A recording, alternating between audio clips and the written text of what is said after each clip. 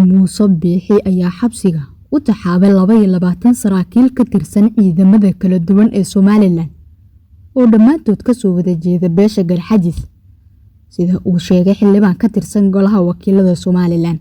Saraakiishan ayaa waxaa ka mid ahaa hogaankii isgaarsiinta ciidamada badda Colonel Yaasiin oo Faarax.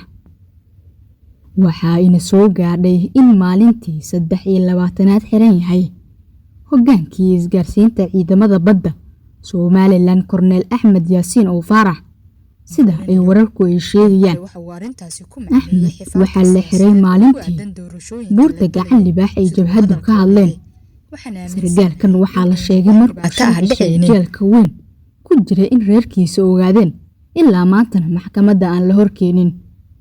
Hogaankii isgaarsiinta ciidamada badda Somaliland Colonel Axmed Yaasiin oo Faarax waxa uu u xiran yahay 2 sargaal oo isaga ka darajo hooseeya oo kala ah Kanadi iyo Cali Xasan.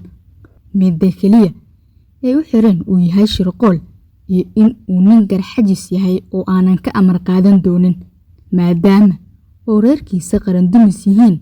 Sidee loogu aamini karaa xilka ayay qiil ka dhigeen sida warar aan helayna ay sheegayaan. Tirada 22 nin oo xilal ciidan oo kala duwan ka haya xukuumadda dhammaantoodna Galxajis ah ayaa la sheegay inay xiran yihiin tan iyo maalintii warka buurta gacan libaax soo baxay. Waxaan kale oo xog aan ku helnay in xukuumaddu ay qorsheynayso dagaal ka dhan ah dhalinyarta buurta gacan libaax hubka la gashay.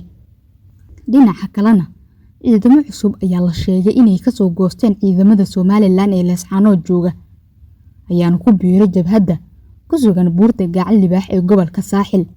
Ciidamadan oo muuqaal iska soo duuba ayaa sheegay in ay ka soo goosteen ciidamada Somaliland waxayna sheegeen in ay dagaal la galayaan xukuumadda Somaliland sida nimankani ugu soo baxeen isaga soo wada baxa dulmi ayaad ku socotiin dagaalka xaqa ah soo gala ee rajiimka lagaga xoreynayo wadanka ayuu yiri mid ka mid ah ciidamadan soo goostay.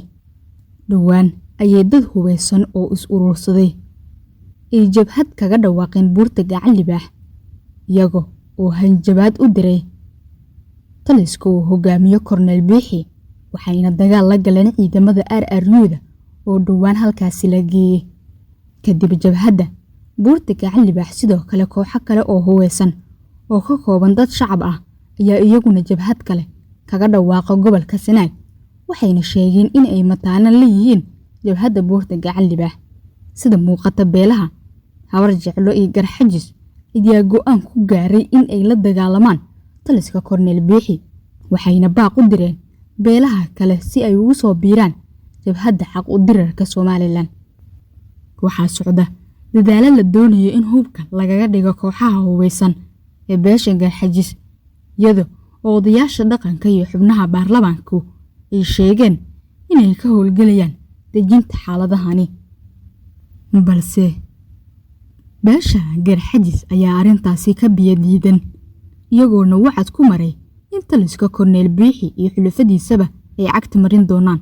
Wararkan wixii ku soo kordho waxaad ku daawan doontaan wararkeena dambe haddii Rabbi weyne idmo. Muuqaalkana leegare oo share gare si uu u gaaro meel fog.